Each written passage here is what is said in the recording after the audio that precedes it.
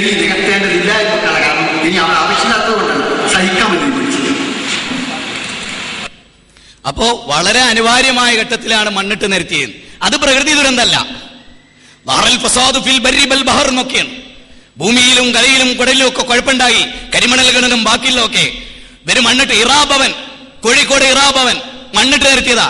ഞങ്ങളെ കണ്ണുകൊണ്ട് കണ്ടതാ കോഴിക്കോട്ടുകാര്. അവിടെ നിന്ന് ഇങ്ങോട്ട് ബാലുശ്ശേരി വരെയുള്ള 3 ജമാഅത്തെ ഇസ്ലാമിന്റെ പള്ളിയുണ്ട്. ഒക്കെ പാടം നികത്തി ഉണ്ടാക്കിയാണ്. അവർക്ക് എല്ലാ കാര്യത്തിലും ചെയ്യാം, അവരെല്ലാ കാര്യത്തിലും പ്രസംഗിക്കും. ഇത് കണ്ടകള് ഇവിടെ ജമാഅത്തെ ഇസ്ലാമിന്റെ ഒരു ലഘുലേഖയാണ്. ഒരു ലഘുലേഖ എന്താ പറയുന്നറിയോ? സാംസ്കാരിക അധിനിവേശത്തിനെതിരെ സ്ത്രീശക്തി എന്ന് പറഞ്ഞിട്ട് ഇതില് അവസാന ഭാഗം ഞങ്ങൾക്ക് വായിച്ച് കളിപ്പിച്ചു തരാം. മുതലാളിത്ത സംസ്കാരത്തിന്റെ ഏറ്റവും മാരകമായ പ്രകരമേറ്റത് സ്ത്രീത്വത്തിനാണ്. അവൾ കൂടുതൽ കമ്പോളവൽക്കരിക്കപ്പെട്ടു. സ്ത്രീ വിപണന മൂല്യമുള്ള വസ്തുവായി മാറി. അവളുടെ ശരീരം പരസ്യപ്പലകയായി. ആഫ്റ്റർ ഷേവും ലോഷൻ മുതൽ ഹാർഡ്വെയർ സിസ്റ്റം വരെ ഇത് ഉപയോഗപ്പെടുത്തി. സൗന്ദര്യ സങ്കല്പങ്ങളും മാറ്റി എഴുതപ്പെട്ടു.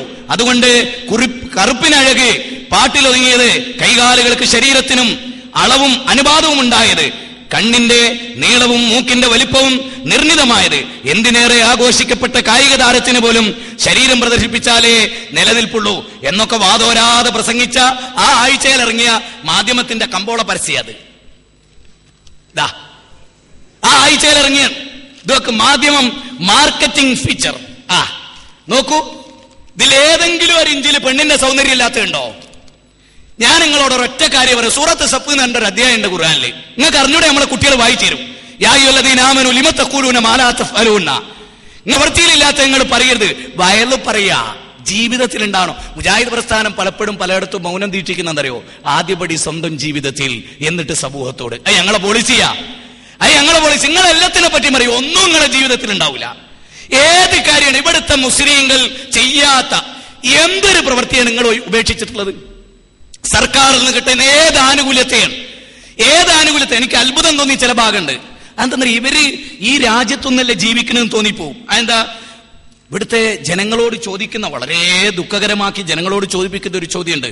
മദ്യപാനി വീട്ടിലേക്ക് കയറി വരുമ്പോ ഏത് സ്ത്രീയും ഈ ഭർത്താവ് വന്നിട്ടില്ലെങ്കിൽ ഒന്ന് കൊതിക്കുന്ന, നമ്മളാണെങ്കിൽ ഏതൊരു നല്ല ഭർത്താവും കയറി വരാൻ ആഗ്രഹിക്കും. മദ്യപാനിയായ ഭർത്താവ് കയറി വരുന്ന, അങ്ങനെ മദ്യം കുടിപ്പിക്കുകയും കുടിക്കുകയും ചെയ്യുന്ന, സർക്കാരിൽ നിന്ന് കിട്ടുന്ന ശമ്പളം പറ്റി ജീവിക്കുന്നവ ഒരു രാജ്യം മാറണമെന്ന് ആഗ്രഹിക്കാത്ത ഏതെങ്കിലും ഒരു മുസൽമാനുണ്ടോന്നാ. ഇതൊക്കെ കേട്ടാ വിചാരിക്കും. അതുപോലെ ഓരോ കാര്യങ്ങൾ, വേശ്യാവൃത്തി കൊണ്ട് കിട്ടുന്ന പണം ഖജനാവിൽ വന്നിട്ട് ആ ഖജനാവ് കൊണ്ട് ശമ്പളം വാങ്ങുന്നവർ ജീവിക്കുന്ന രാജ്യം മാറണമെന്ന് ഇതൊക്കെ പറയുന്ന കേട്ടാ ഷെയ്ഖ് സാഹിബിന്റെ വീട്ടിലേക്ക് ഇങ്ങനെ ആകാശത്ത് നല്ല പൈസ ഇറക്കി കൊടുക്കുക ജമാഅത്തേർക്കും തോന്നിപ്പോവും. ചെങ്ങായിമാർ, നിങ്ങൾ പറയുന്നതായിട്ട് നിങ്ങൾക്ക് വല്ല ബന്ധമുണ്ടോ? നിങ്ങൾ പറയുന്ന ഇവിടെ എന്റെ അനുഭവമാണ്. മുജാഹിദുകളെക്കാളും ദുനിയാവിൽ ജീവിക്കാൻ ഏറ്റവും സാമർത്ഥ്യം ജമാഅത്തെ ഇസ്ലാമിക്കാരാ. പൈസ ഉണ്ടാക്കാനും ശമ്പളം ഉണ്ടാക്കാനും സർക്കാർ ജോലി പിടിച്ചു വറ്റാനും ഒക്കെ ഏറ്റവും നല്ല മിടുക്ക് കാണിക്കുന്നു നിങ്ങൾ തന്നെയാണ്. അപ്പൊ ഇതൊക്കെ പറഞ്ഞുകൊണ്ടാണ് ഒരു പ്രസ്ഥാനത്തെ വിലയിരുത്തേണ്ടത് നിങ്ങൾ മനസ്സിലാക്കരുത്. ആദർശം പറയാ. നിങ്ങൾ ഞങ്ങളെപ്പറ്റി വിപുലമായി ഇവിടെ നടത്തിയ ആരോപണത്തിന്റെ ഭാഗമാണ് ഈ പറയുന്നത്. ഈ നിലക്ക് നിലവാരമില്ലാത്ത ആരോപണങ്ങൾ പറയുന്നത്. ഞങ്ങളെ സംബന്ധിച്ചിടത്തോളം എല്ലാ തിന്മക്കതയും കേരളത്തില് നിങ്ങൾക്കറിയോ, അത് KC അബ്ദുള്ള മൗലവി അംഗീകരിക്കുന്നുണ്ട്. സ്ത്രീകൾ അടിപ്പാവാട ധരിക്കാത്തൊരു കാലം ഉണ്ടായിരുന്നു കേരളത്തിൽ. അവരെ അടിപ്പാവാട ധരിപ്പിച്ചത് മുജാഹിദ് പ്രസ്ഥാന എന്ന് പറഞ്ഞാൽ അടിപ്പാവാടയും ഇങ്ങനെ കൊണ്ടു കിടക്കുകയായിരുന്നു എന്നല്ല. ഇനി നാളെ പിടിച്ച് അങ്ങനെ വ്യാഖ്യാനിച്ചേക്കാം. അങ്ങനെയല്ല.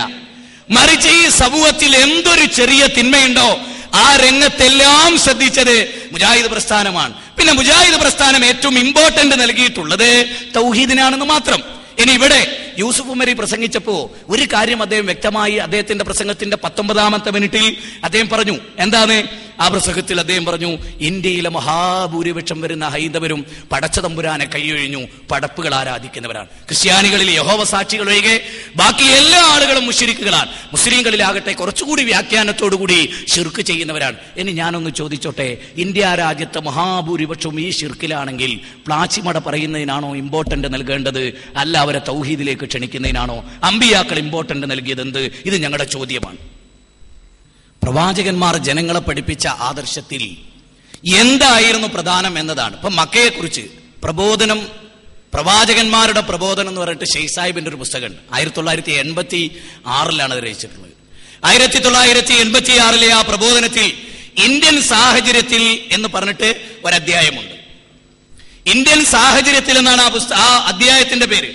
ആ അധ്യായത്തിൽ പറയുന്നത് ഇന്ത്യയിൽ ഒരു തീപ്പെട്ടിക്കൊള്ളി ഒരതി വെച്ചാൽ പോലും ഒരു പിടി ചാരമാകുന്ന ഫോട്ടോയുടെ മുമ്പിൽ സുജൂദ് ചെയ്യുന്ന ആരാധന അർപ്പിക്കുന്ന 85% വരുന്ന ഈ രാജ്യത്ത് ഇബ്രാഹിം നബിയുടെയും അതുപോലെ നൂഹ് നബിയുടെയും മുഹമ്മദ് നബിയുടെയും തൗഹീദിലൂന്നിയ പ്രബോധനമാണ് വേണ്ടത്. ഇനി നിങ്ങൾ ഒന്ന് ആലോചിച്ചു നോക്കൂ. മുജാഹിദ് പ്രസ്ഥാനം വിഗ്രഹാരാധനയെ എതിർത്തില്ല എന്നാണ്, അതിനുള്ള ധൈര്യം കാണിച്ചില്ല എന്നാണ്. അതുപോലെ തന്നെ തങ്ങന്മാരിലും ബീവിമാരിലുമുള്ള ശിർക്കിനെ എതിർത്തില്ല എന്നാണ്. മുജാഹിദ് പ്രസ്ഥാനത്തിന് അതിന് ധൈര്യമുണ്ടോ എന്നാണ്. സത്യത്തിൽ കേരളത്തില് നിങ്ങൾ വളരെ ഗൗരവമായി മനസ്സിലാക്കേണ്ട ഒരു പ്രശ്നം എന്താണെന്ന് ചോദിച്ചാൽ, കേരളത്തിൽ ശിർക്കിനെതിരെ ഏറ്റവും ശക്തമായി പറയുന്ന പ്രസ്ഥാനം ഏതാന്ന് ചോദിച്ചാൽ എല്ലാ മതസംഘടനകളും പറയും അത് മുജാഹിദ് പ്രസ്ഥാനാണ്. പക്ഷെ ഷെയ്ഖ് സാഹിബ് പറയണേ അങ്ങനൊന്നും മുജാഹിദ് പ്രസ്ഥാനം പറയാറില്ല. അദ്ദേഹത്തിന് ഒരു ചോദ്യമുണ്ട്, ഗുരുവായൂരപ്പനെ വിളിച്ചു പ്രാർത്ഥിക്കുന്നത് തെറ്റാണ് എന്ന് പറയാൻ ധൈര്യമുള്ളവരുണ്ടോ ഇവിടെ എന്നാണ്. എനിക്കൊന്നേ പറയാനുള്ളൂ, ജീവിതത്തിൽ ഇറാബവനിൽ മാത്രം ഇരുന്ന് കിതാബ് ചൊറിഞ്ഞൊത്തിരുന്ന് വിവർത്തനം ചെയ്താൽ മാത്രം പോരാ, ഏതെങ്കിലുമൊക്കെ സംഘടനകളുടെ ഇടയ്ക്കെങ്കിലും ഒരു പ്രോഗ്രാം നോട്ടീസ് എങ്കിലും മിനിമം കാണാൻ തയ്യാറാകണോ. ആ വിഷയത്തിൽ 100 പുസ്തകങ്ങളും 100 കേസറ്റ് ഞാൻ ഇവിടുന്ന് എണ്ണി പറഞ്ഞുതരാം. ഓരോ വിഷയത്തിലും പെരുകുന്ന ആൾ ദൈവങ്ങൾ എന്ന പേരിൽ നടത്തിയിട്ടുള്ള ചേലേമ്പ്ര കേസറ്റ് ഇറക്കിയിട്ടുള്ള ഈ ഉള്ളവന്റെ ഒരു കേസറ്റ്, ആവർത്തിക്കപ്പെടുന്ന ഭൂകമ്പങ്ങൾ, ഹുസൈൻ സൽവിയുടെ മനുഷ്യ ദൈവങ്ങൾ, അതുപോലെ സുഹൈർ ചുങ്കത്തറയുടെ വർഗീയതയില്ലാത്ത വിശ്വാസം, എല്ലാ ഇതിലും നിച്ച് ഓഫ് ട്രൂത്തിന്റെ പ്രവർത്തനങ്ങളെയും മുഴുവനും ഈ വിഗ്രഹാരാധനക്കെതിരെയും അതുപോലെ മനുഷ്യ ദൈവങ്ങൾക്കെതിരെയും ഏകദൈവാരാധന സ്ഥാപിച്ചുകൊണ്ടുള്ള പ്രസംഗങ്ങളാണ്. പക്ഷെ എന്നിട്ടും അദ്ദേഹം പറയുന്നത് വിഗ്രഹാരാധനക്കെതിരെ പറഞ്ഞിട്ടുണ്ടോ, പാണക്കാട് തങ്ങൾ നൂല് കെട്ടുന്നതിനെ പറഞ്ഞിട്ടുണ്ടോ എന്നാ. ഞാൻ ചോദിക്കട്ടെ, അതൊക്കെ പെരുമ്പറ മുഴക്കുന്ന ഇവർ സുന്നി പ്രസ്ഥാനത്തിലുള്ള മിനിമം ശിർക്കിനെങ്കിലും എതിർത്തിട്ടുണ്ടോ?